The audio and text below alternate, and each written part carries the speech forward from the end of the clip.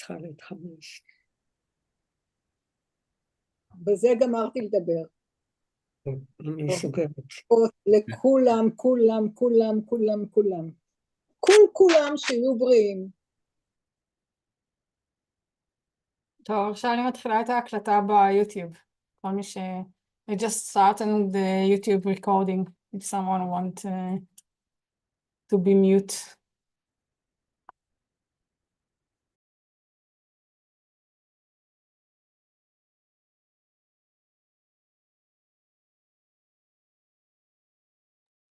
אליולה. הלו, אוריתי, שלום. אלישבע, אלין. היי ג'ימי.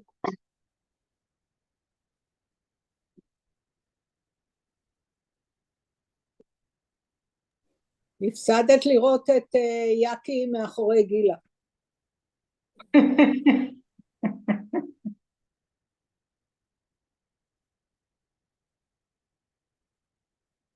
אני אשלח לך תמונה. אבל טוב שאני יודעת מי עומד. Now we started recording and we are waiting for Geshe.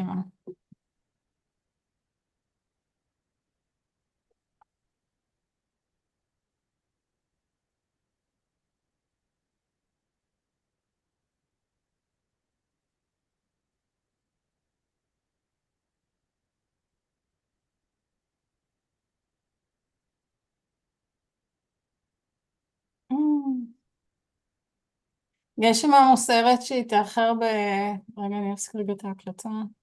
כמה? רק שנייה. Geshema says that she is going to late for some minutes, so she is apologize. אז לכולם בצ'אט יש תמונה של יקי מאחורי גילה.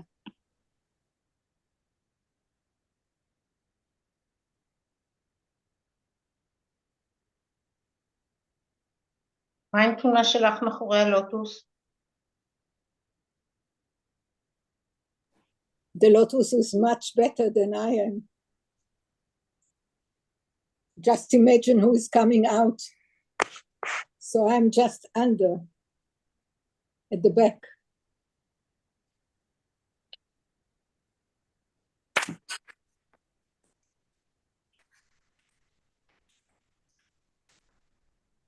ככה זה נראה בדרך כלל.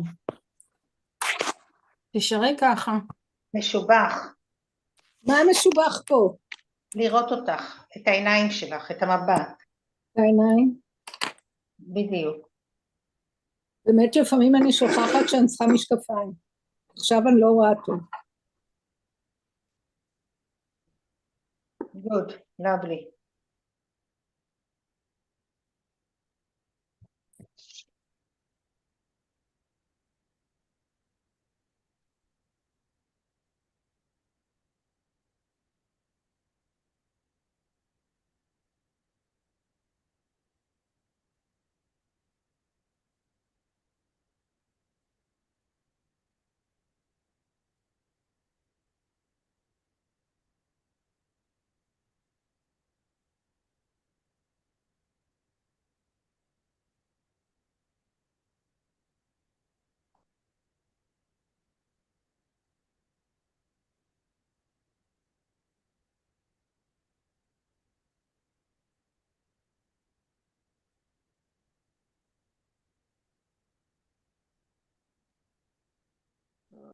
היי גשמה. Hi. Hi. Sorry for the delay. Okay. Okay, you are now the co-host. Okay, great. Thank you. All right. So as always, we start with breathing meditation to be focused on breathing in and out and on nothing else.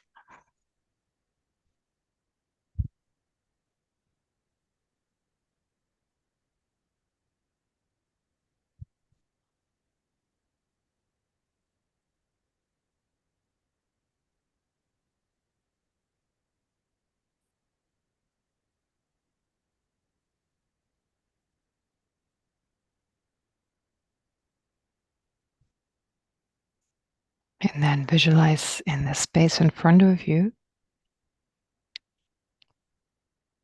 Buddha Shakyamuni,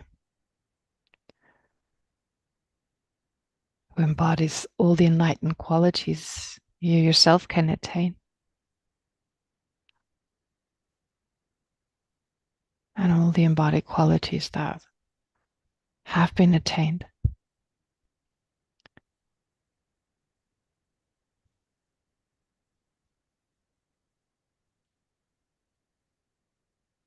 I think that the Buddha is inseparable from your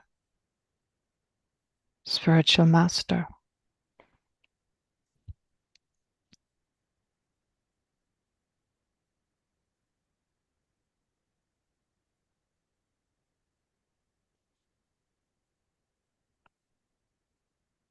And all his features are symbolic for his enlightened qualities.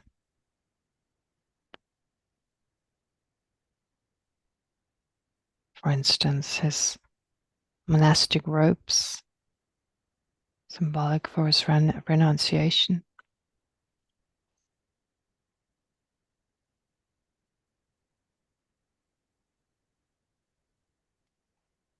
And his right hand being in the earth-touching gesture, symbolic for his great control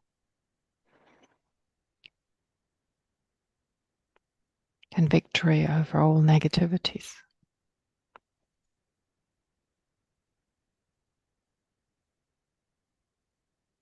And his left hand being in the meditation posture, which indicates his firm concentration.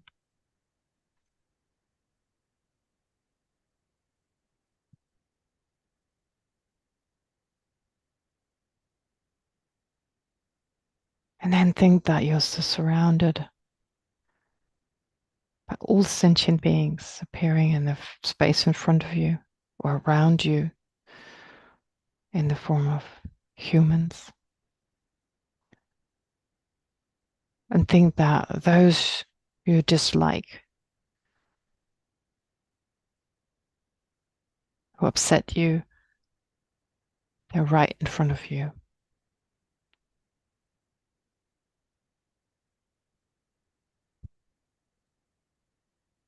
And then try to generate affectionate love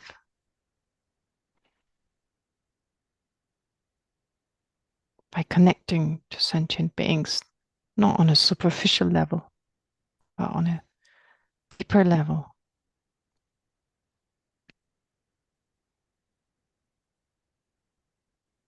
On the level of the actual nature of their mind. And that's their Buddha nature.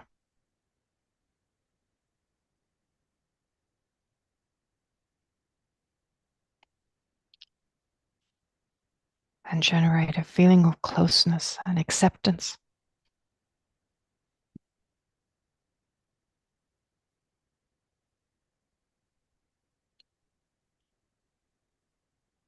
And a deep care for their well-being.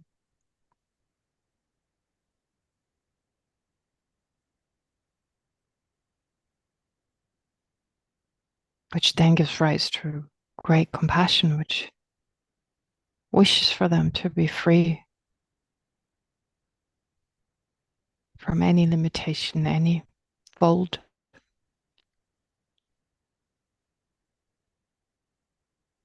And to be free from all that which causes their limitations and their faults. Together with the wish, may I be able to help them, assist them towards a state of liberation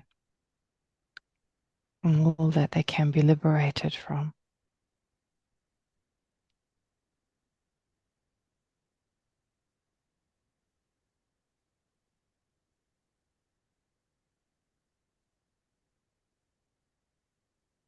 And that aspiration then turns into great altruistic attitude. which takes personal responsibility for the well-being of all sentient beings. That is determined with deep inner courage and strength to do whatever we can to help sentient beings overcome all their dukkha, all their limitations and faults.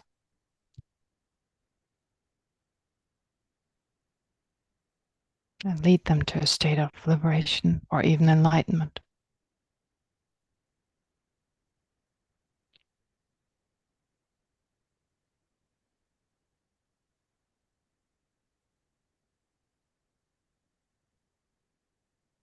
But since we can only realistically do so if we become enlightened first, let's then, for the benefit of all sentient beings, generate the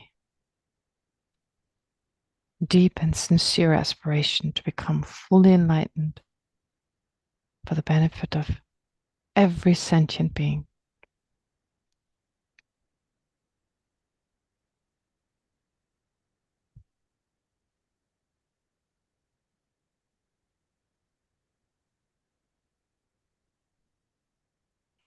And so without letting go of that motivation, let's recite the prayer. I go for refuge until I'm enlightened to the Buddha, the Dharma, and the Supreme Assembly. By the accumulation of merits, practicing generosity, and so on, may I become a Buddha to benefit all sentient beings. I go for refuge until I'm enlightened to the Buddha, the Dharma, and the Supreme Assembly. By the accumulation of merits of practicing generosity and so on, may I become a Buddha to benefit all sentient beings. I go for refuge until I'm enlightened to the Buddha, the Dharma, and the Supreme Assembly. By the accumulation of merits of practicing generosity and so on, may I become a Buddha to benefit all sentient beings.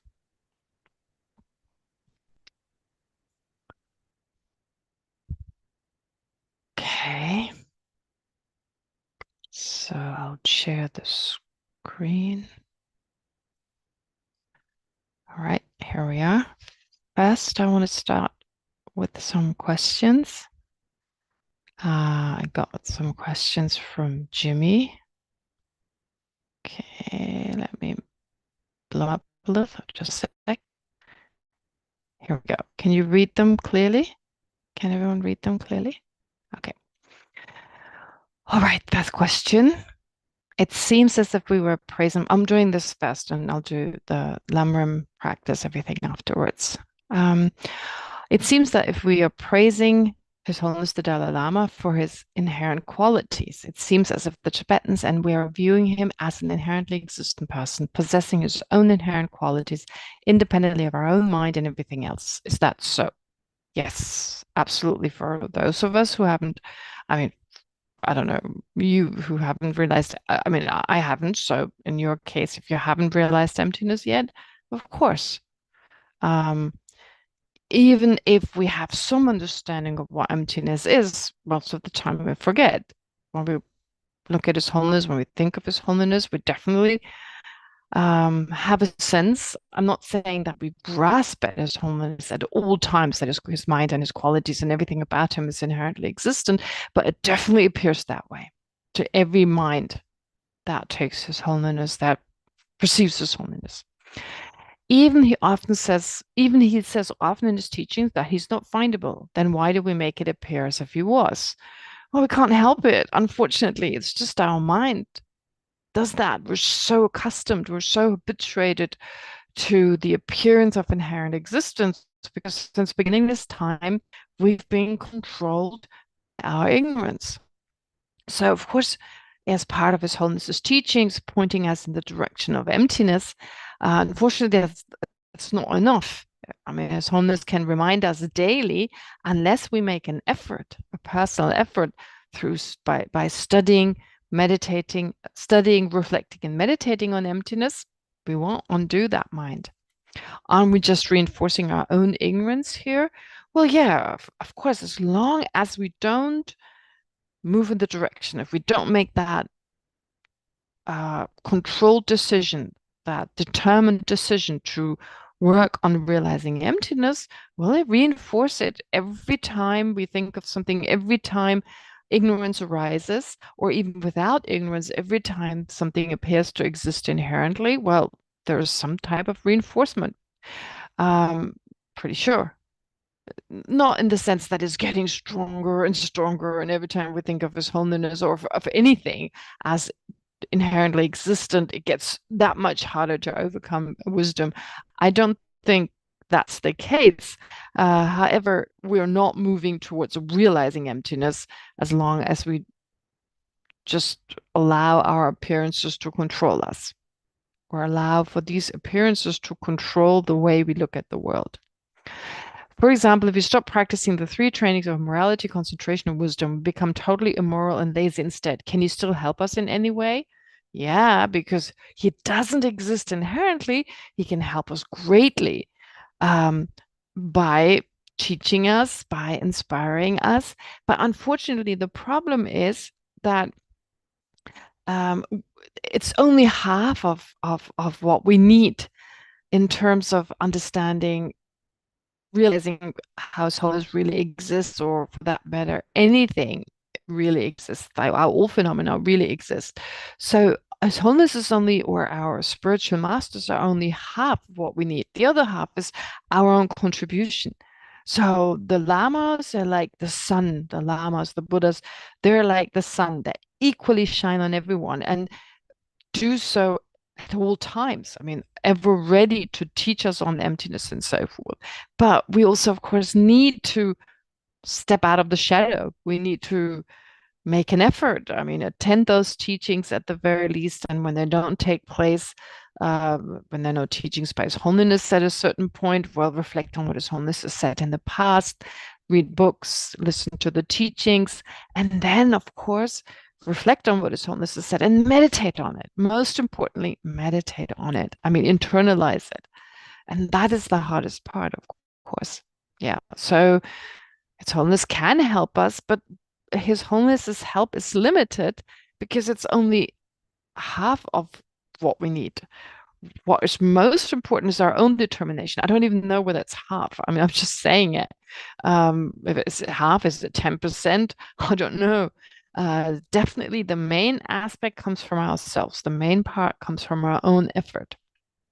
This leads then to the next question of refuge. What is the Buddha and the Dharma and the Sangha that we're taking refuge in? I've been believing for some years that I'm taking refuge in my own practice of the 3 trainings of morality and so forth. These 3 practices that I do are my own Sangha, Dharma, and Buddha, respectively. I've been believing that depending on my practice of morality, there's Sangha for me. Depending on my practice of concentration, there's Dharma for me. And depending on my practice of contemplating about emptiness, there's a Buddha for me. Would I be totally wrong here? I also fear that as soon as I stop practicing these 3 trainings, there will be no Buddha, Dharma, and Sangha for me. Therefore, I keep practicing. Is this right or not?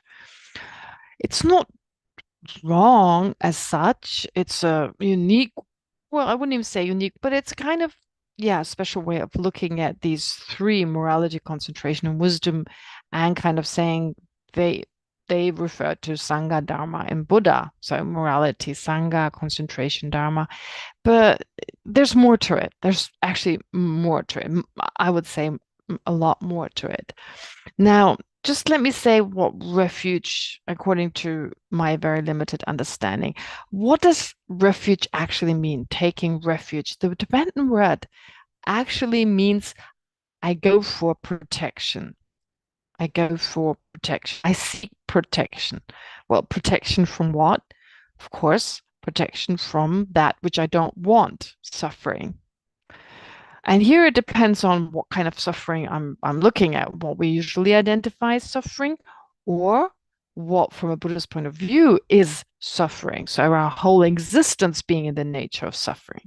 Now, when we say we seek protection, is this something that is unusual? Taking refuge, is that something that we usually don't do? Well, we do it all the time, just not in Buddha, Dharma, and Sangha. We take refuge in the means, in the methods that help us to overcome our problems. Now, sometimes I put it in the, I kind of make a joke.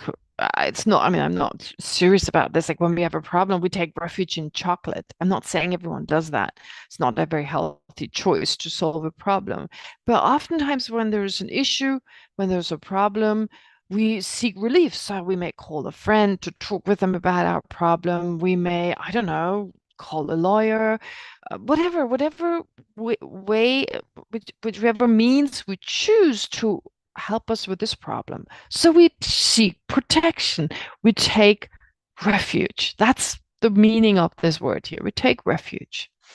Now, when we say taking refuge in Buddha, Dharma, and Sangha, of the three, it's the Dharma that we mainly take refuge in.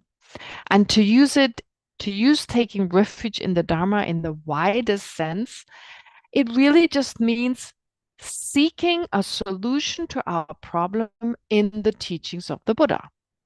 So on top of possibly doing whatever else we do on a daily basis, I don't know, maybe could talk to a friend about a problem, seek the advice of a lawyer, or I don't know, eat some chocolate, watch a movie to distract ourselves.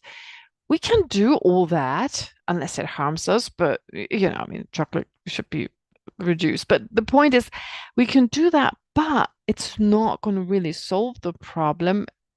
Or it may solve the problem, of course, but if we seek long-term solution to any type of problem, and not just that, if we also recognize that our existence, the way it is right now, even with our happy experiences, with our pleasant experiences, it's still very limited. What we call happiness is not really the type of happiness our mind can actually experience. It's nothing. In comparison to what a liberated person, what a Buddha perceives, it's ridiculous. No Buddha would want to experience the type of happiness we experience. It's considered, for a Buddha, that's like, that's total suffering. So from a perspective of a Buddha, from the perspective of a liberated being, our happiness is not happiness at all. So now if we seek relief from that, then what can help us? It's the Dharma, because they're just methods to overcoming suffering by overcoming its causes, by overcoming that which right now we don't call suffering, but a liberated being or a Buddha would call suffering. So the solution are these methods. And when we say we take refuge, it's really just saying seeking a solution in the Dharma. That's what taking refuge means. Now then the question arises, why should I do it 3 times in the morning and 3 times at night? I don't always have a problem in the morning, and I don't always have a problem in the evening. What am I going to do at lunch and so forth? Well, the reason we do the refuge prayer, for instance, it's only to remind us. It's just to be mindful of the Dharma. Here, I'm saying the main refuge is the Dharma. So to be mindful, to remind us, okay, I take refuge in Buddha, Dharma, Sangha. All right, when something comes up today, what I call a suffering as an ordinary person, let's not forget the Dharma. Do I find a solution in there? Or even with regard to just ordinary happiness, if I'm determined to become liberated or even enlightened, definitely I seek the help of the Dharma. So it's really like my mind turning towards the Dharma. Initially when I have a problem, then at some time, maybe when I feel my neutral experiences are not enough, or at some point I turn towards the Dharma all the time. And I need to be reminded again and again, because sometimes I'm distracted, but hopefully I reach a point where whenever, in every situation, I'm seeking the Dharma as a guide to dealing with my afflictions and hopefully towards overcoming them. And so that's what taking refuge is, just turning towards this method and internalizing it, applying it, internalizing it. And because I take refuge in the Dharma, I seek indirectly also the guidance of the Buddha, who's an example of someone who lives the Dharma, who's an embodiment of the Dharma. I seek refuge in the spiritual masters who, when I say Buddha, it's like Shakyamuni Buddha is no longer around. Well, then I have the Lamas. Some of them may be Buddhas, I don't know, but regarding them as Buddha can have that benefit of being inspired, seeing how it's done, seeing how the Dharma can be embodied by a being. So in other words, great inspiration for me. If this person can do it, I can do it kind of idea. Although I may be far from that right now, but in the end, the nature of our mind doesn't differ. Okay. And then there's the Sangha, those on the way, those who are practicing, who may be more advanced, less advanced, who knows, but they give me the support. They're also practicing the Dharma. They're also seeking the methods, seeking to bring them into their life. And so they can inspire me. Their problems, I can learn from their problems, from their difficulties. So it's just as a social animal, I'll need a community. And so in that way, I mainly turn towards the Dharma, but also, of course, indirectly to the Buddha and the Sangha. Now, the way you described it, well, I would say your training of morality, concentration, and wisdom is your taking refuge in the Dharma. I mean, that is taking refuge in those three. I haven't seen it explained the way you have, but that doesn't mean that this is not a way in which it can be explained. This is just the way I just described it. That's how I'm most familiar with it. So it's really not giving up. I'm not saying to Jimmy, but I'm saying it to other people who feel like taking refuge, maybe giving up responsibility and so forth. It's actually taking responsibility. Possibly, if we take refuge for the first time, to take responsibility for the first time for our trouble, to really get rid of our problems in the long term, and not just our problems or that which we call problems, but also all the other experiences we have that are so limited right now and that we falsely describe as real happiness and therefore cannot let go of. Okay, so I hope this is okay, but don't stop practicing these three trainings, because that is like taking refuge in the Dharma, and that is so important. So you're totally on the right path. But if you stop practicing these three, well, yeah, then there won't be any Dharma for you. I mean, it may just be, oh, I'm inspired, I want to do it one day, but you kind of move away from it. Anyway, so this leads to the next question. How do we meet our right Buddhist teachers? Does it happen by chance, like playing the right numbers on the lottery, or is it a result of some systematic practice? Over the years, many of my Buddhist teachers and Sangha members lost their original personalities. Their once eloquent speech became meaningless. Their actions became unreasonable. They became blind and incapacitated and eventually passed away. We buried them. Despite of this, new teachers and Sangha members appeared. I think that the cause of this continuity was my own practice of the three trainings. This was the cause of the new teachers and Sangha appearing. It did not happen by chance or good luck, as if new flowers appearing on the same plant year after year. Would it be right or totally wrong in this? Okay. Well, first of all, no, it's not like good luck. It's not like something that happens by chance. It's not just a random thing. Meeting a teacher has to do with our actions, with our own practice. So as you say, your own practice of the three trainings, which in a way includes all Dharma practice. In particular, if it's done with the Bodhicitta motivation, it includes all Mahayana practices. Anyway, so the point is that we meet different teachers, but here teachers, it's important to specify teachers here. We're talking about masters, not just teachers. I don't call myself a teacher. I'm just a Dharma friend. So we are having here a Dharma discussion. I'm just a Dharma sister to all of you. And then you have Buddhist teachers who are qualified teachers, who are good teachers, who can teach well, who have very good understanding of the Dharma. And then there are masters, there are lamas.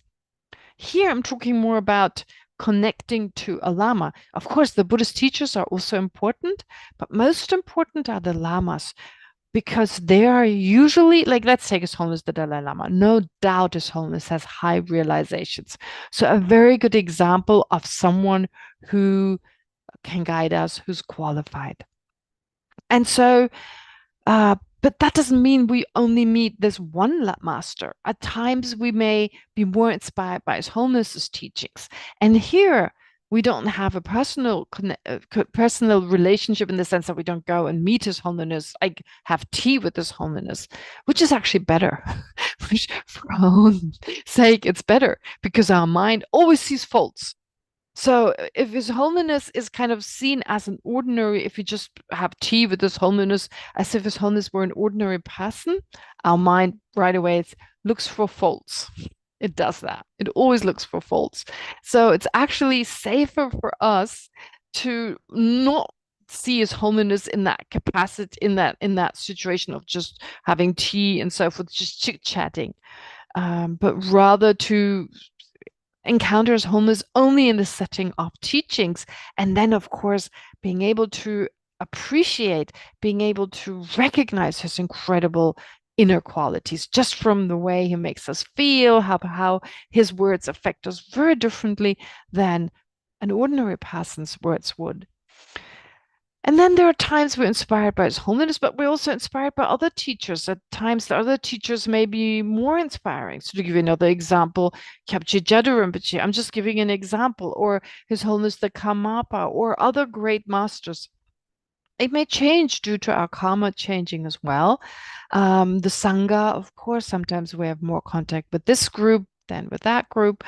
But without losing, it's important, once we make that connection, to always keep a special place in our heart with respect, and always remembering what we learned from them.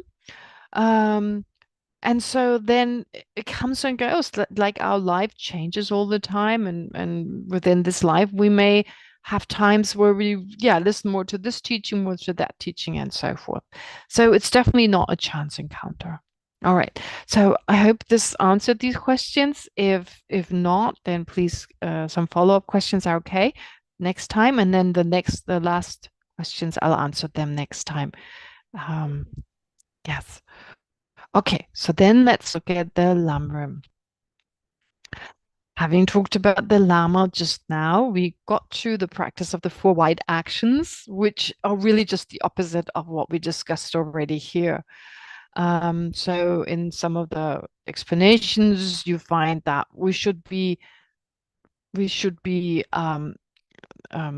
honest. We should be honest and truthful in all our interactions with our spiritual masters, for instance, but of course we're not around them that much. But you could say, well, be honest towards the Sangha members. You could include these. I mean, really the first 2 are just being honest. Just be honest, just be truthful. Don't pretend to be someone you're not, and so forth. Okay, and generate the recognition of bodhisattvas as one's teachers. And here, of course, what's difficult is you don't know who's a bodhisattva or not. And in some of the commentaries, the explanation that you find is that you should develop pure perception, in that there's always a possibility that anyone is a bodhisattva. We don't know. I mean, they may manifest in an obnoxious way for us to practice patience and so forth. So we never know. We never know. So to connect with people on that level, to have respect, and so to have that pure vision, it's kind of a form of positive psychology, if you like. I mean, even if someone is not a bodhisattva, you connect with them on that level of their actual nature. And that doesn't mean you shouldn't criticize them. You shouldn't stop them from harming themselves and others. That's not what it means. But this deep sense of respect to a certain degree, and closeness as well. I mean, we're trying to do that with regard to all sentient beings. Now, this is easily said and very difficult to do. Well, we do as much as we can. And of course, assume the responsibility to lead all sentient beings to enlightenment. All right. Now, this is not what I mainly wanted to talk on. I just wanted to remind you again of these points. But I'd actually like to start talking about the 6 perfections now as part of our practice, the practice of bodhicitta here. Now, having generated bodhicitta, that's the first step towards the Mahayana path. And once we've generated bodhicitta, if you've taken the bodhisattva vow, great. If you haven't, no problem. I mean, well, what to do? But what's important now is to practice in the 6 perfections. Okay, so to go through exactly these stages as I described in the Lamrim, and after generating bodhicitta, and of course, repeatedly generate bodhicitta, we now move towards the practice of the 6 perfections, which is like, well, not just wishing to become enlightened, but actively moving towards enlightenment by practicing what are called the 6 perfections, or not really, they're not perfections as such. That's just the English translation. They're really qualities that go beyond an ordinariness, if you like. So go beyond just ordinary giving, but rather it's giving that is done with the motivation to benefit all sentient beings. And really, in the strictest sense of the word, it is the generosity in the case of the first paramita, the first perfection. It is generosity in the continuum of an awakened being. That's what we're moving towards. That's what we're aiming for. Okay, so to practice generosity as much as we can. But the first step would be to check, how generous am I? Right? Before we can actually practice, I mean, we need to start where we are and take a deep look inside, a deep honest, and honesty we discussed already, and just reflect on how generous am I really? And be sure we don't think we're more generous than average. It's just the other day I did some reading on humility. There's another book I mentioned, Worthington's book, but there's another really good book on humility. It's just a sec. I'll need to look up the author. I've already forgotten the author. His name is, the book is called Humble, so not difficult to remember. He's a student. He's also a psychologist. His name is Daryl van Tongeren. I guess it's a Dutch name, Daryl van Tongeren. The name is just Humble. And he apparently also teaches, and he does this test with his students every year. It's really interesting. He does like a test with every class, and they are supposed to answer a few questions, such as, how intelligent are you? How sociable are you? How athletic are you? And how attractive are you? Are you average or beyond average? And he says, every time everyone believes they're beyond average. Everyone has the sense when they answer this question, they always, it's an anonymous answer, so they answer anonymously, but they always have a sense that they score higher than they really do, in the sense that you can't have a class where 100% is beyond average. I mean, it's just statistically not possible. It should only be half who's beyond average, or I don't know, less. But that's the thing. We often, and that comes out of our self-centeredness, we often we overestimate what we can do. So it's important, as part of our practice of humility, to check, how generous am I really, right? It's difficult, and I'm not saying that we won't underestimate or overestimate. Of course, we'll do that. But to be aware, we have a tendency to believe we're a little better than we actually are. So, but that doesn't mean we're not generous. But generous with what? Money, material objects, stuff that I no longer need. These old trousers that I'm no longer wearing, I'm giving them away for charity. I'm so generous. am I getting rid of my garbage, or am I okay? So anyway, to check how hard, how difficult is it for me to be generous? Generous to this person versus someone else? Can I give to people I consider to be my enemy? Can I give to people I consider to be, I don't know, obnoxious? Can I give to people I don't know? Can I give to, so to really check. And to understand, first of all, generosity does not just refer to material objects, it also refers to giving our time, giving our effort, our body and mind, if you like. So anyway, without going into this, first of all, what's the definition of generosity? Well, it's said to be a mind that wishes to give, sincerely wishes to give whatever is necessary to those in need. Okay, to give, a mind that wishes to give to those in need and to give whatever is necessary. So it's not about what we give, it's about what is necessary to give. And it's not about giving just to everyone. No, giving to those in need. That's important. Now, Asanga, for instance, in his text, The Bodhisattva Levels, he basically adds something to that characterization of generosity. So to the sincere wish to give whatever is necessary to those in need. And with that mind, to then be generous physically and verbally.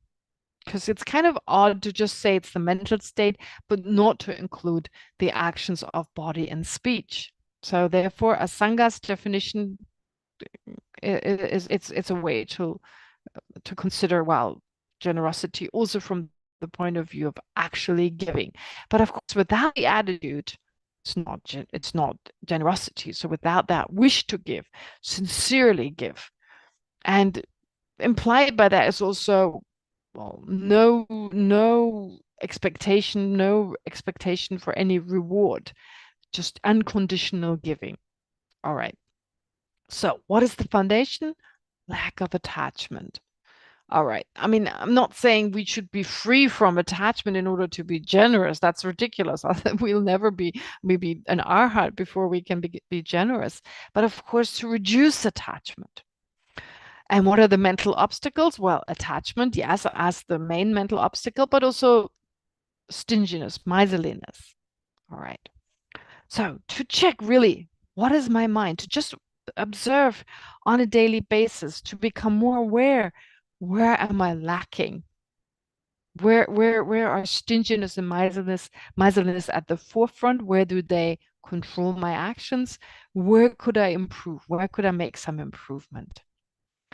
And to also check, even if I'm generous, am I expecting to get something back in return? Is my act of generosity really some kind of business transaction? Even if I want positive karma, I mean, if I want the virtue, the virtue in order to be affluent in the future, unless I want to have all the means to be able to work for the benefit of all sentient beings also in the future. Now that's okay. I just want to be prepared also for the future to continue to practice to become a Buddha for the benefit of all sentient beings. And in that case, that's okay. But just for the sake of having enough to eat and drink and, be able to take a vacation every now and then, I'm generous. No, that's not the right kind of motivation. And again, just as part of the practice of the Lamrim, we should look at that. How's our Dharma? How's our practice of generosity? Let's be honest about where we are. Is there room for improvement? And of course, is my motivation the one that Asanga described? Plus, is it indiscriminate, or do I discriminate between those people I give, those I don't, and so forth? Yes, and to then, well, just watch, just be mindful of that. And if we engage in actions of generosity, well, to make sure we have the right kind of motivation. And then we'll talk more about generosity next time, just in preparation for this particular topic. All right, then let's return to the text. Okay. Here we are. We got to discard poisonous fruit and inappropriate loyalty. Now, do not maintain inappropriate loyalty. Well, there are different explanations sometimes of some of these some of these lines. One explanation that's also sometimes given in this context is that here not maintain inappropriate loyalty can also refer to not refrain from expressing your disapproval of an unjust action that's been committed. So inappropriate loyalty to someone who acts in an inappropriate way. So to speak out, to not support that person to a certain degree by keeping silent, agreeing with them, or if not agreeing, keeping silence and not speaking up. Okay, that's also a very, I think, a beautiful way to interpret number 10, the commitment number 10, do not maintain inappropriate. That's a kind of loyalty.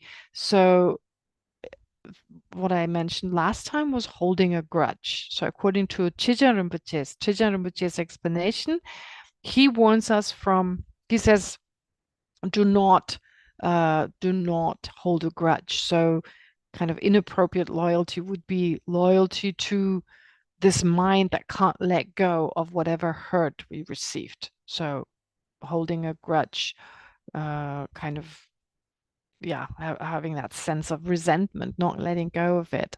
Whereas according to what I just said, here maintaining inappropriate loyalty would be not to speak up, not to express our disapproval when an unjust act is being performed, is done by someone.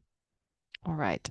Now, of course, again, it's with wisdom. We need to be sure that it's the right time, that we don't endanger possibly our family members and so forth. So we need to be careful. Sometimes speaking up makes things worse. And we need to be a good judge of this situation.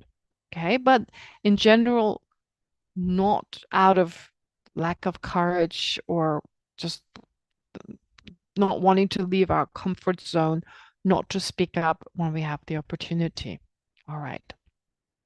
Anyway, so I think that makes sense to all of us. In the case of an unjust action, so unjust, that is a very powerful kind of situation when you watch an injustice. And I think I remember His Holiness the Dalai Lama, he once said in a book, which of course is really just a transcript of a teaching His Holiness gave. Most of his books, really most 99% are his teachings written down. So in the teaching, His Holiness must have said that being angry with an injustice is okay. So it's like, it's not the type of aversion or anger we usually talk about. It's like we get angry with the person, and that's the problem. But getting angry with an injustice is not a problem.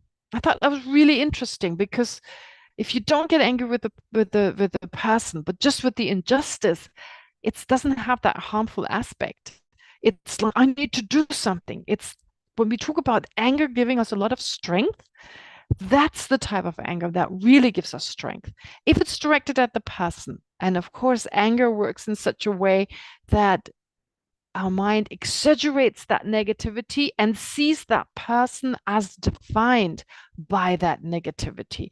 In other words, the negativity and that person are exactly the same. We can no longer differentiate between the person and his or her negativity. They seem to be one, and we resent the person, we hate the person, it may possibly go as far as we're ready to kill them out of that aversion. Now, important is to understand that the unjust action, the negative action, if we look at it just at that action and see that as not okay and have that sense of aversion towards that action, that is not a problem. That's instead like, I need to do something. It may give us this push. It may push us forward towards doing something. And there's no way you harm. I mean, harming that action is okay in terms of doing something so that this action won't happen again. So in that sense, that's not a problem. And here I'm just quoting what His Holiness said. So aversion, really aversion, what we usually mean with aversion is directed at a person.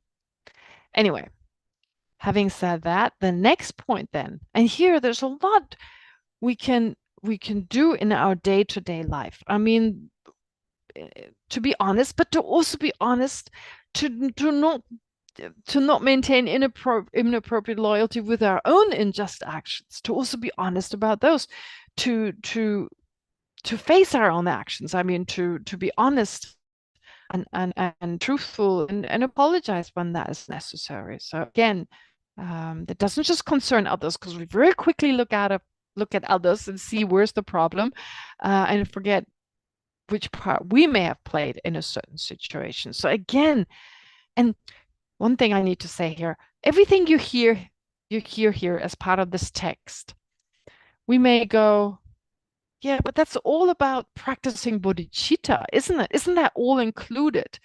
Couldn't we just say, practice bodhicitta and be done with it? Why do we need all these different points, right? I mean, don't discard poisonous food. That's all included in that. Couldn't I just say, practice bodhicitta and so forth?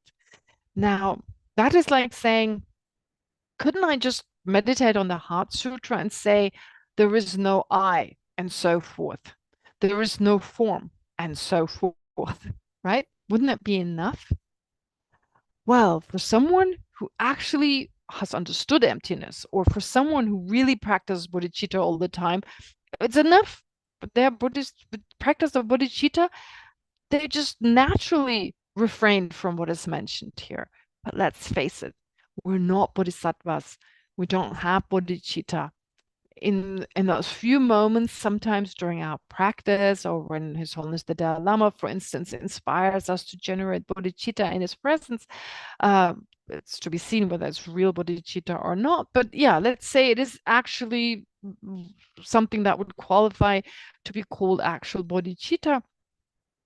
We don't have it usually. If we have it in that moment, it generated the moment the teachings were over. So we encounter people we don't like, we encounter problems, our afflictions are there. So we need these reminders all the time. And so this is something Yang Rinpoche said during his last teachings. The teachings I spoke about, I think last time or the week before that, I forget now. But anyway, he said something, he put it in those very words. So it was really beautiful. He said, when you meditate, there is no etc. There is no and so forth. So we can't, I mean, we know intellectually sentient beings have done this to us and that to us. So why meditate on that? They've been kind to us and so forth. No, to really affect, for that fact to really affect you, you need to go through all details, not leave out anything, because only then, in that meditative kind of state where you fully focus just on that, and where you really get a much better sense that goes beyond the intellectual. If you look at all these different aspects, it has a very profound effect on your mind, in the same way as when you go through the different aspects of your eyes don't exist inherently, your ears don't exist inherently. There is no shortcut. There's no summary. You need to go through all of them. And so in this way, all these commitments, yes, you could say practice bodhicitta and all of this would be included, but of course it's not like that. Okay.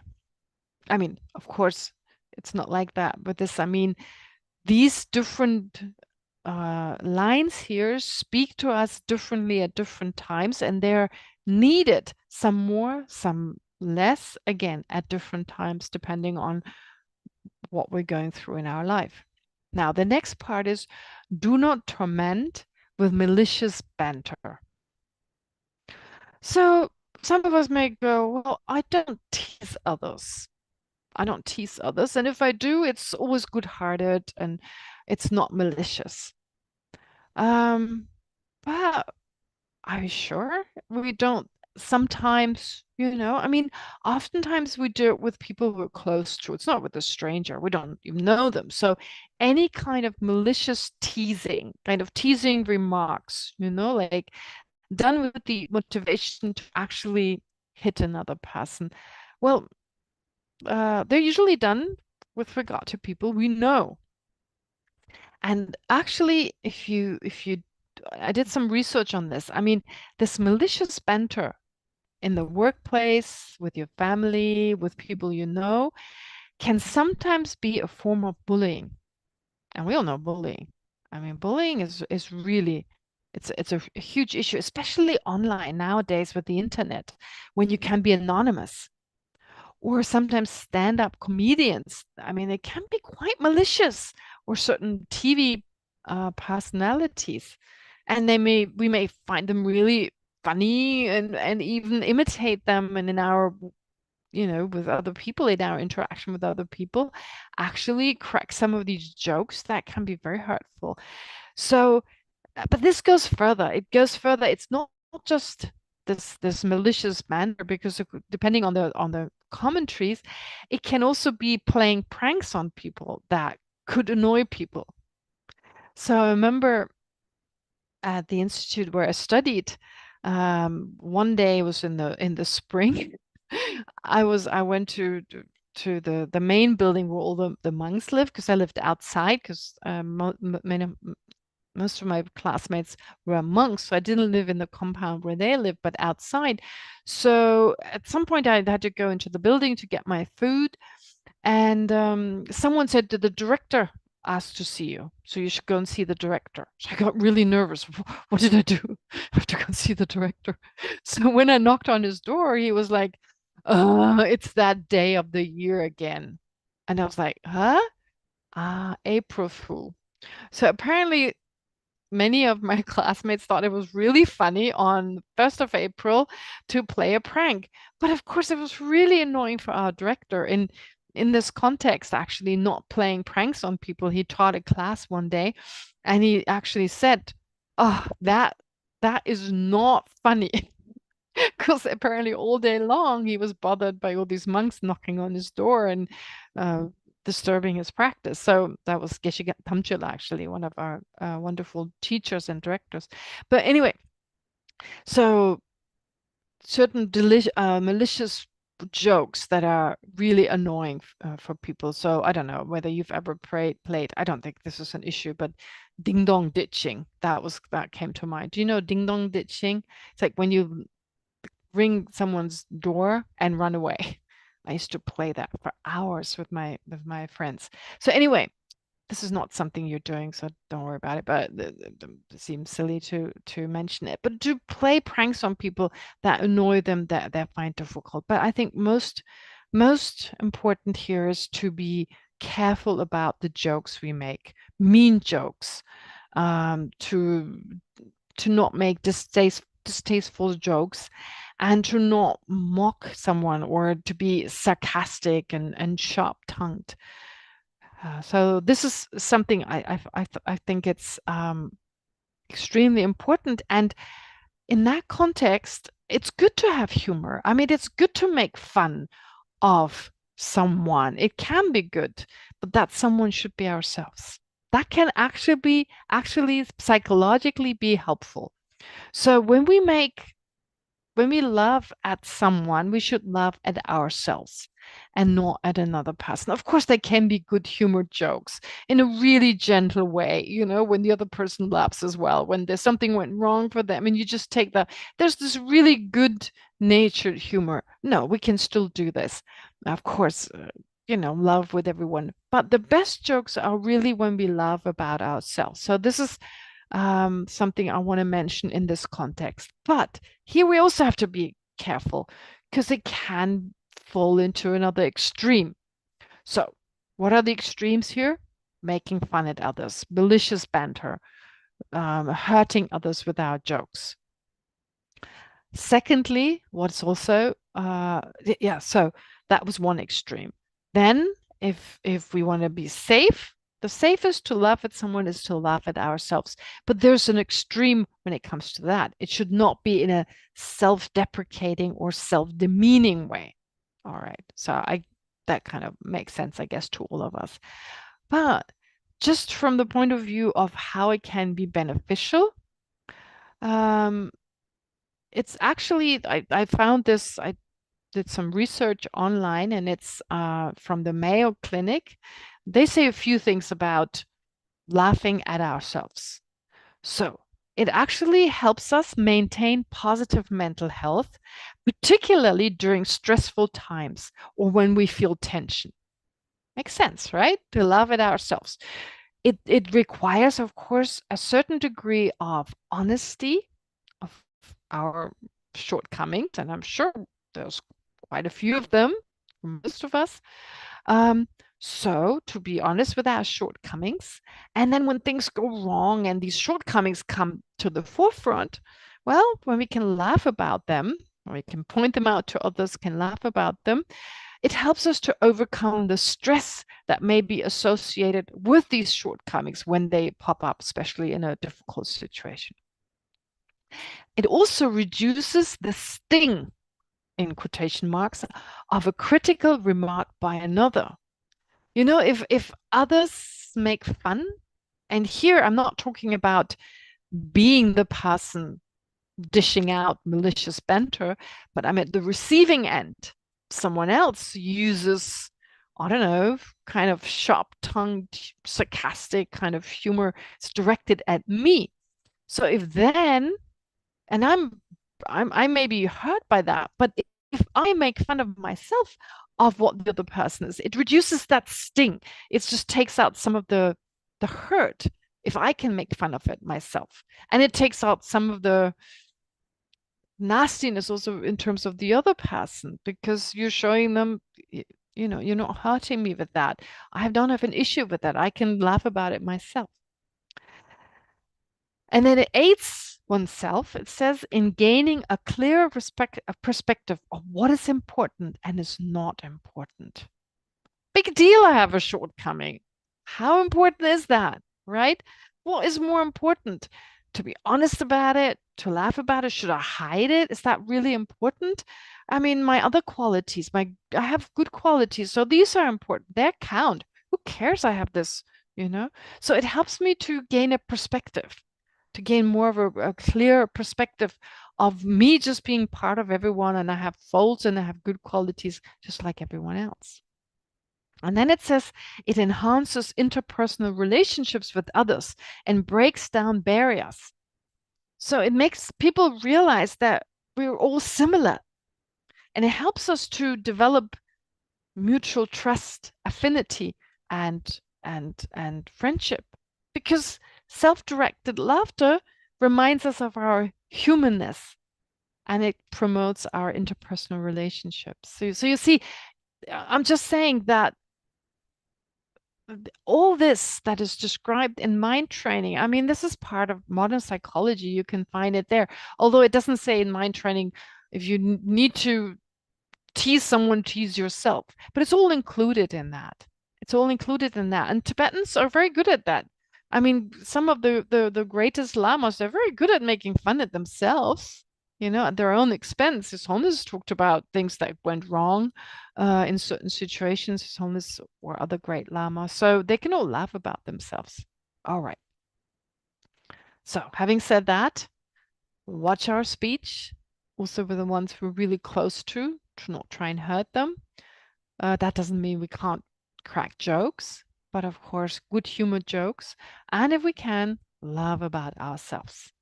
Because, all sorts of embarrassing situations there, really. Sometimes we get ourselves into a muddle, and it can be so funny to tell other people about it. All right. Okay. Then do not lie in ambush. And this goes back to holding a grudge. So to not harbor vengeance for something someone has done to us, and do not wait for an opportunity to retaliate. Now here I'm not talking about big time retaliation, beat someone up, wait for them, they come around the corner. No. This is much subtler than that. First of all, holding a grudge. Again, it was already part of the commitment number 10, do not maintain inappropriate loyalty. You can interpret this line both ways. So taking the interpretation by Tijang Rinpoche, Kyabje Tijang Rinpoche. So what did he, so holding a grudge is one thing, but wanting to retaliate. And I'm sure, all of us probably have people we don't like. So if we do the meditation, we all can think of someone we don't like. When we do the visualization in front of you, someone you like, someone you don't like, and someone you don't care about, I am pretty sure that there's no empty space for most of us. It may, of course, be someone we don't personally know, maybe just a politician or some, I don't know, famous personality, TV personality, I don't know. But it may be someone we personally know, and because we hold resentment, we're just waiting to give back something, to, whatever they've done. And again, to be mindful and to apply introspection, mindfulness and introspection, and to check, what is this situation? Am I holding a grudge? Now, again, I did some research, and I don't know, maybe this is from the Mayo and the other one wasn't. I should check my sources. But anyway, I tried to use like Psychology Today or Mayo, like reliable kind of websites that I checked. So I cannot give you the source right now. I'll do that next time. But actually, what are the negative effects? And I'm not talking about waiting to retaliate, but just the effects of holding a grudge, how it actually has a very negative effect on our mind. First of all, it brings anger and bitterness into relationships. Obviously, anger and bitterness, it brings those into relationships. And what else it does into relationships and experiences, of course, with other people. So it brings in this anger and bitterness. We can't enjoy certain experiences. And also we become so wrapped up in the wrong that happened to us in the past that we can't enjoy the present. Have you ever had that experience? Something was said to you. Someone said something, and you can't let go. You're going on and on and on. You're eating your favorite ice cream, your favorite hummus. You're just having a meal, the best meal ever, and you can't enjoy it because you keep over it. Go over it again and again and again. So become so wrapped up.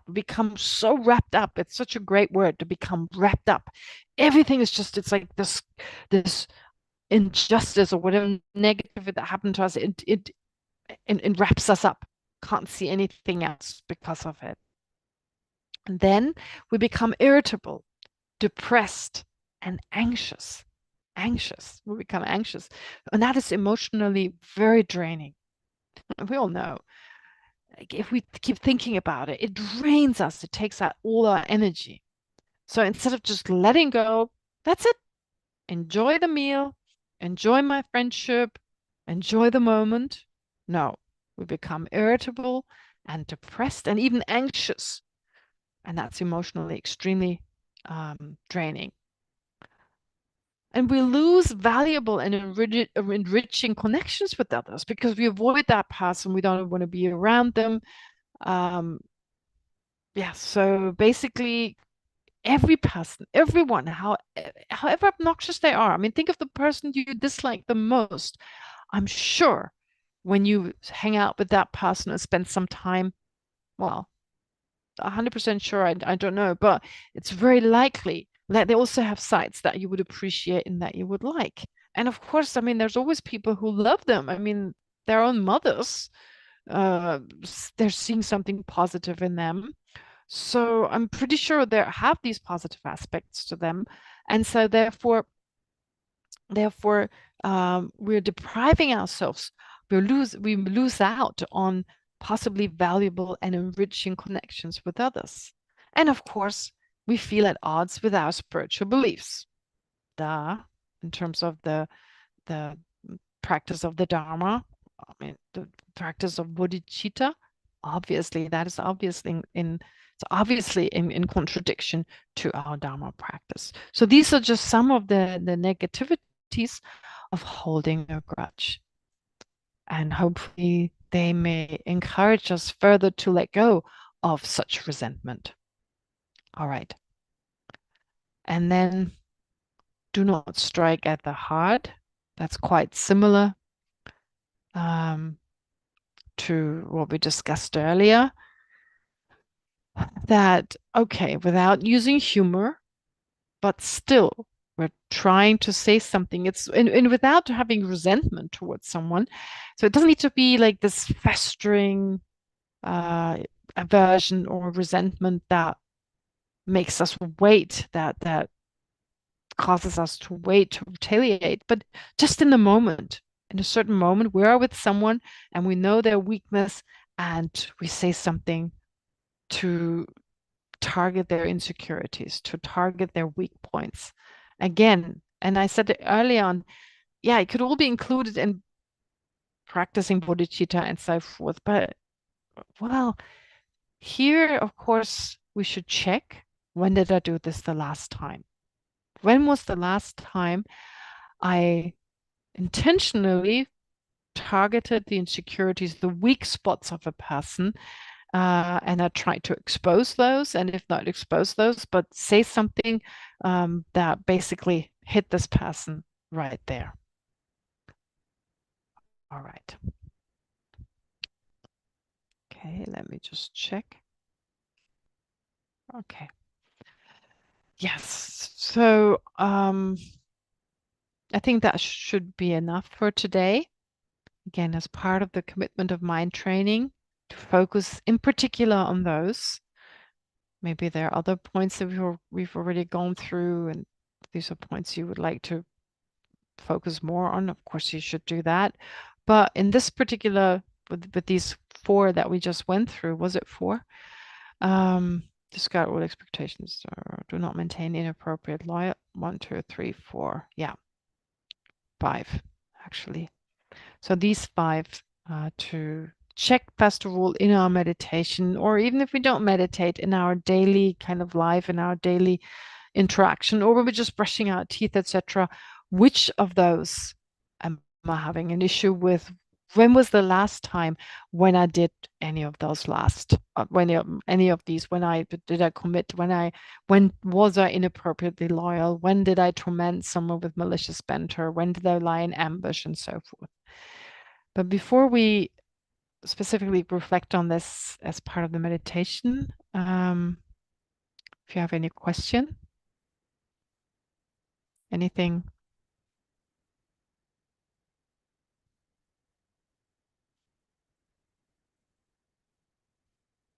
you'd like to remark or ask about it?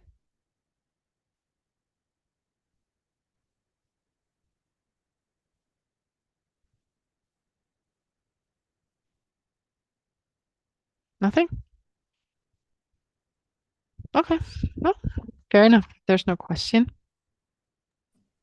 I would like to ask. Yes, sure. How would you make a difference between trying to tell somebody something which may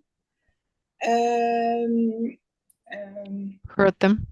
Which may hurt them, but actually you do it with the intention of pointing something out for his benefit. Mm-hmm. Is there sort very, of very difficult. Is there a way to ask yourself and to find a solution that you can decipher between the two. It's so difficult. That one is really, really difficult. I'm sure there is a way, but it always depends on so many factors, like how close we are to this person, how open are they to criticism. Yeah, so, but just in general, I think anytime, what happens when someone criticizes us, right? I mean, just to put ourselves into the shoes of someone who gets criticized, we feel misunderstood, right? Like someone says something to us, we usually go, okay, but try to explain, right? And we often feel the person only sees that negativity and doesn't see everything else, which is not necessarily true, of course. It's just they don't mention the positive, they only mention the negative. So I find it could be helpful to not just talk about that negativity, but also talk about all the positive they have done. They just give them a sense that they feel secure and understood. So maybe, I don't know, just I'm thinking of talking to a good friend, all right? And I'd say, oh, I really appreciate you did this, this, this, and this. I'm really, this helped me on a personal level. This was still, I mean, it's probably true, right? I mean, if it's a friend. So you mentioned all that and you said, there's just one thing. Please, I could have gotten it wrong. Maybe I got it wrong. Please tell me so if it's true. But if I'm wrong, I apologize. But if not, there's just something I noticed. So if you want me to talk about it, let me know. If not, I'll leave it, right? And give them the chance to say, yeah, talk about it. You know, usually people want to know. And if you make them feel secure and loved and understood by everything you've said previously, they can take it, right? Yeah, so my sense is really like we feel misunderstood sometimes when we're just bombarded with something and it's like, what about the rest of it? So knowing what that feels like, we could possibly avoid it in that way.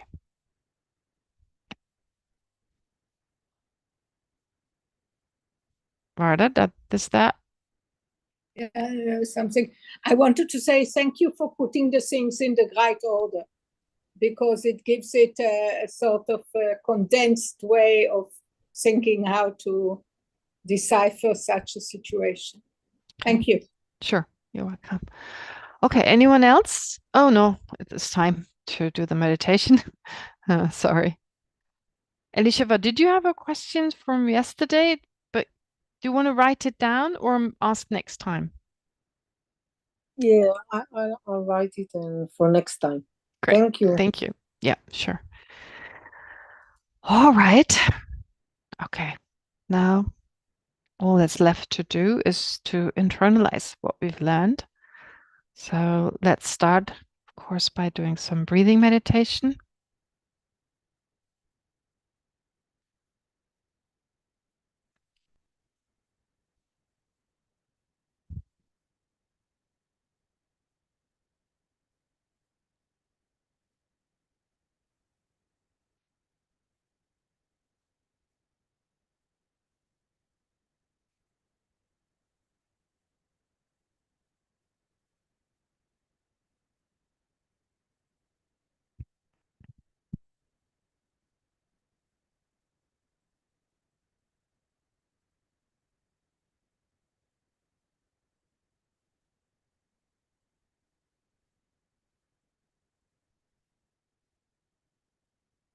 Then let's reflect on some of the commitments of mind training.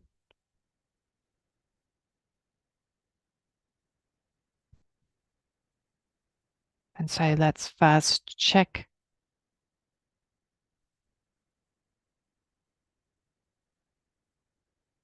when it comes to not maintaining inappropriate loyalty. Can you think of times when we did not express our disapproval of some unjust action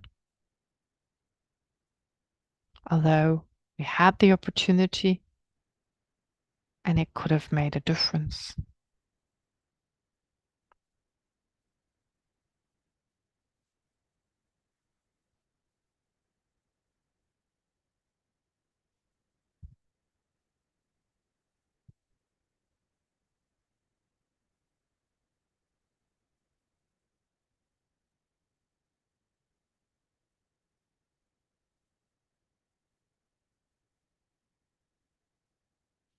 And is there a way in which we could act differently if a similar situation were to occur?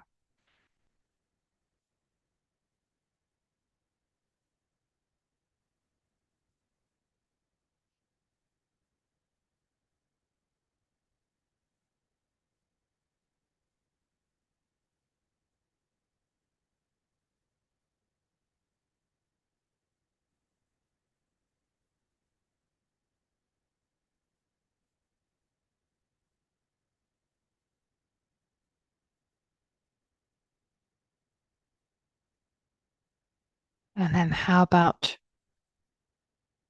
the next commitment of refraining from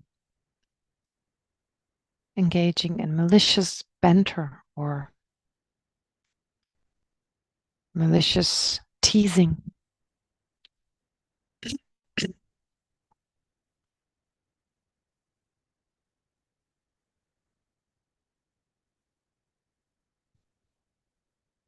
Am I sometimes sharp-tongued and sarcastic in a mean kind of way?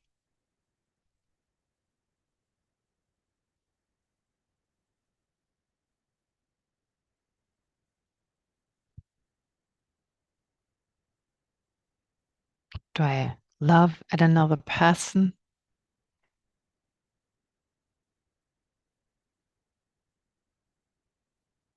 Or do I love when another person engages in malicious banter?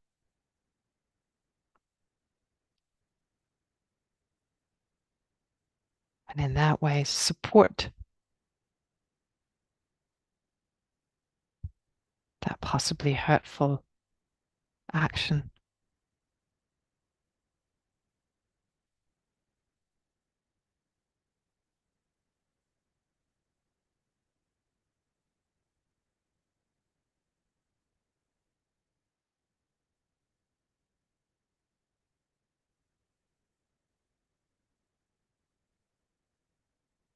Do I sometimes say mean things, even if in an offhand way?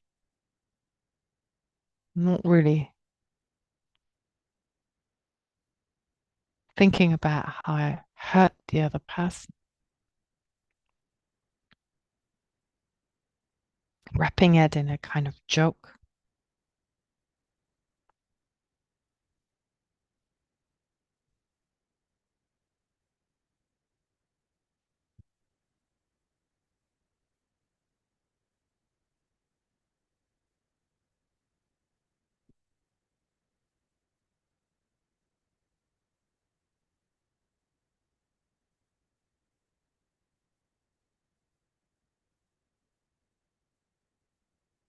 And are there improvements for the future?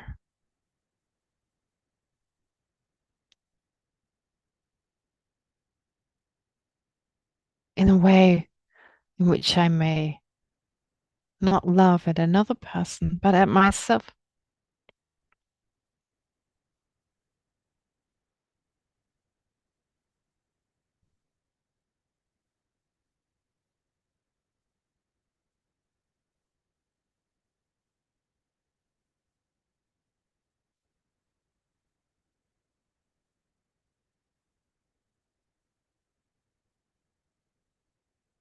By reflecting on my mistakes, my shortcomings,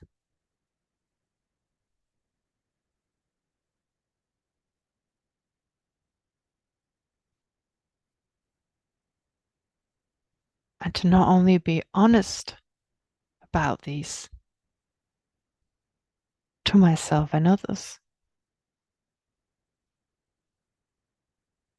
but become the butt of a joke.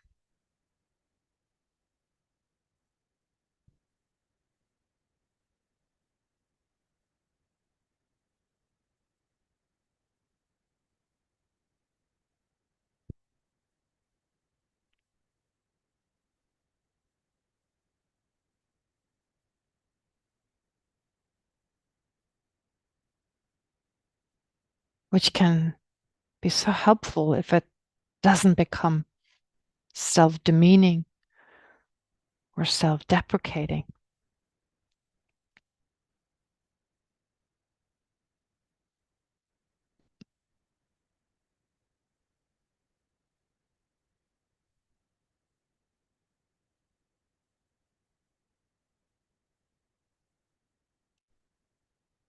Laughing at ourselves can help us during stressful times and when we feel tense.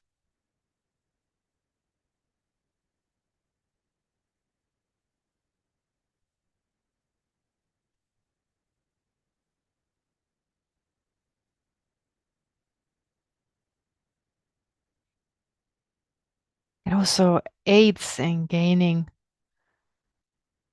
a clearer perspective of what is actually important and what isn't.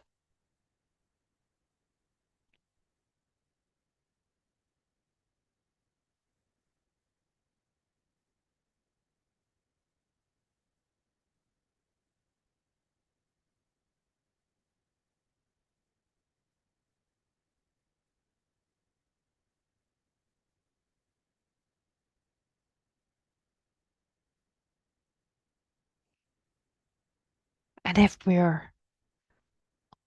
we love at a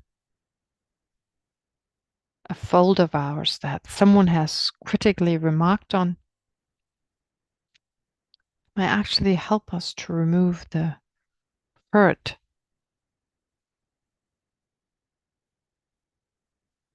that is a result of someone's criticism.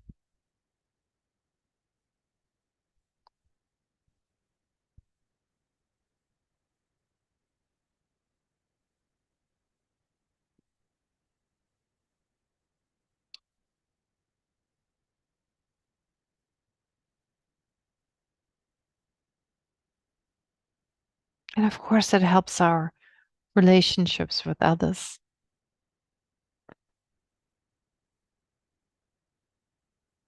Since it reminds all of us of our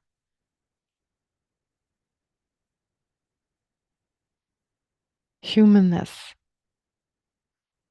and it promotes our interpersonal interactions.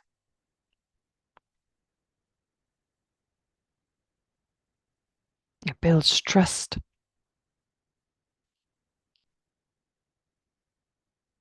And friendships.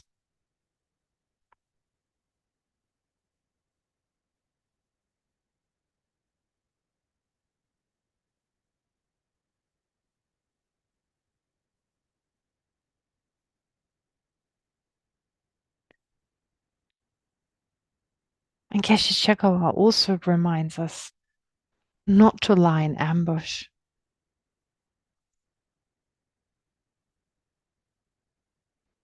Which means not only to hold a grudge, but to wait for an opportunity to retaliate.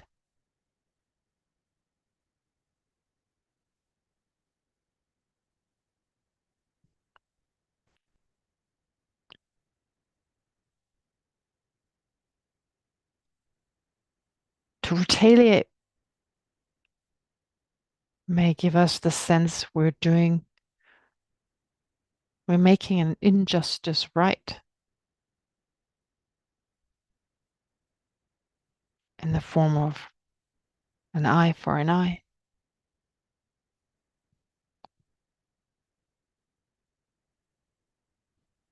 But on top of the harm given to us earlier,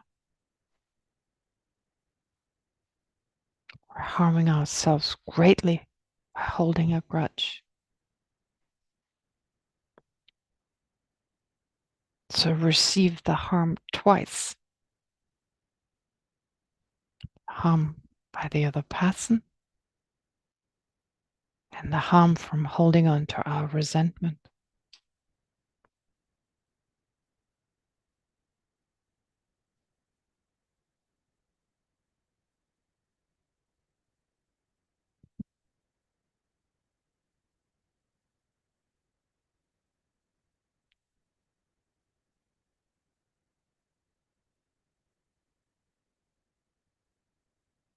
Not being able to let go.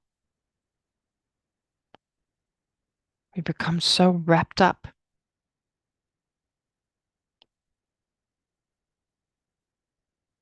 in whatever happened to us that we can't enjoy the present.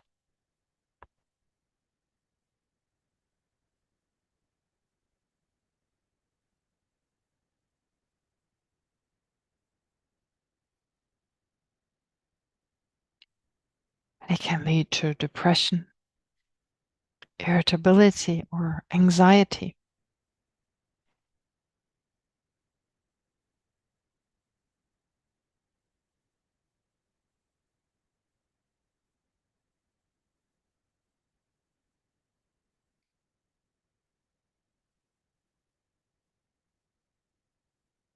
Which is emotionally extremely draining.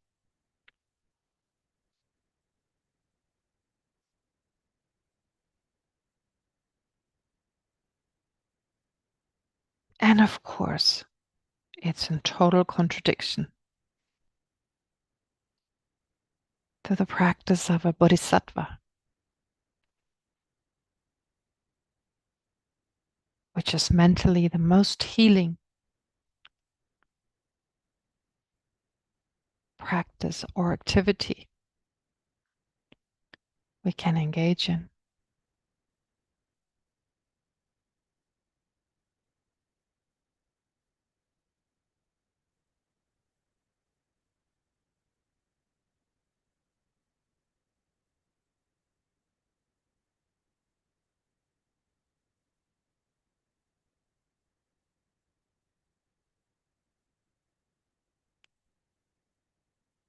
And lastly, we should not strike at the heart.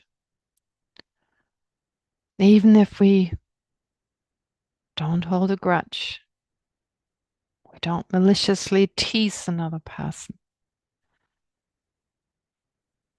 In our conversation with someone, we may target their weaknesses, their insecurities.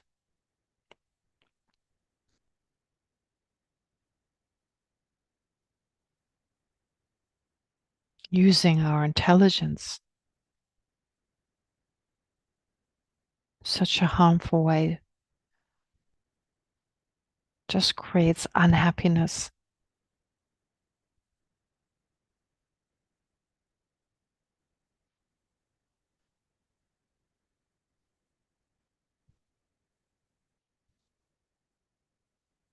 And destroys relationships. We possibly lose out on valuable and enriching connections with that person.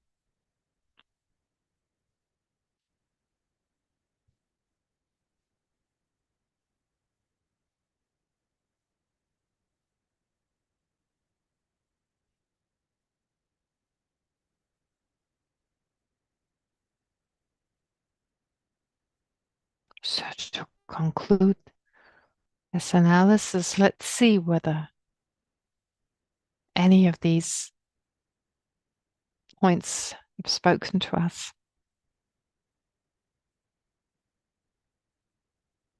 And help us to make changes in our interaction with others.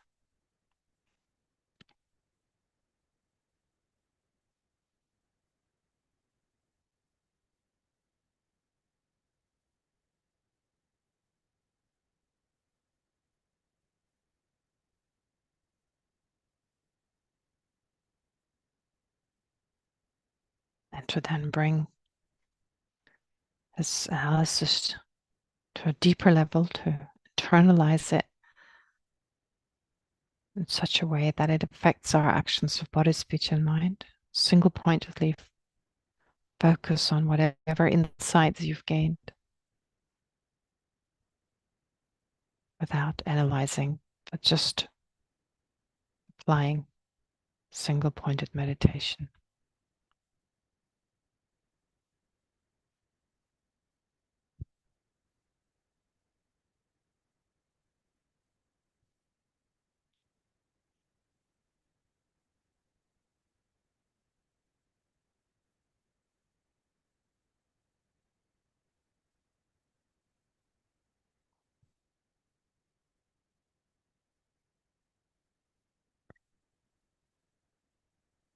And then let's dedicate all the positive potential that we accumulated to get today together by listening, reflecting, and meditating on these points. Let's dedicate this virtue towards our own awakening. May this take us further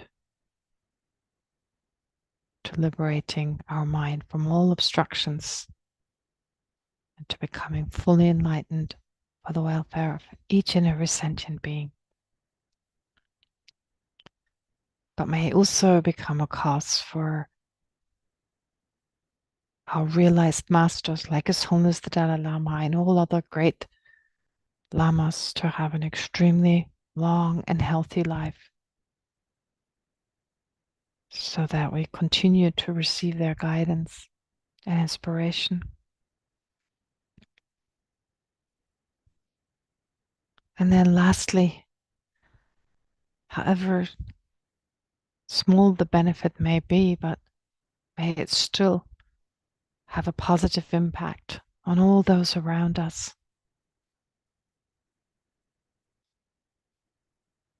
Who don't see the benefits of love and compassion at this point. May it nonetheless help them to reduce their resentment, their hatred, and replace it with the spark of love and compassion, so that they find some inner peace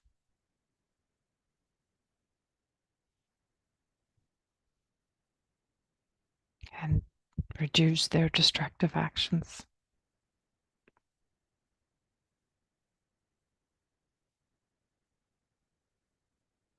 So with this in mind, let's recite the prayers. Through the merits of these virtuous actions, may I quickly attain the state of Guru Buddha and lead all living beings without exception into the enlightened state.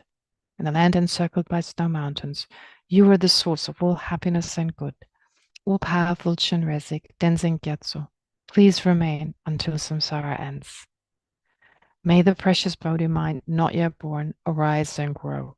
May that born have no decline, but increase forevermore. Okay, thank you very much. Thank you, Geshe. Thank you so much. Thank you. Sure. All right, so take care and see you again next week. And if you've got any questions, please send them to Dalit. Okay, Thank you. Good night, bye. Geshe. Thank you. Bye, Dalit.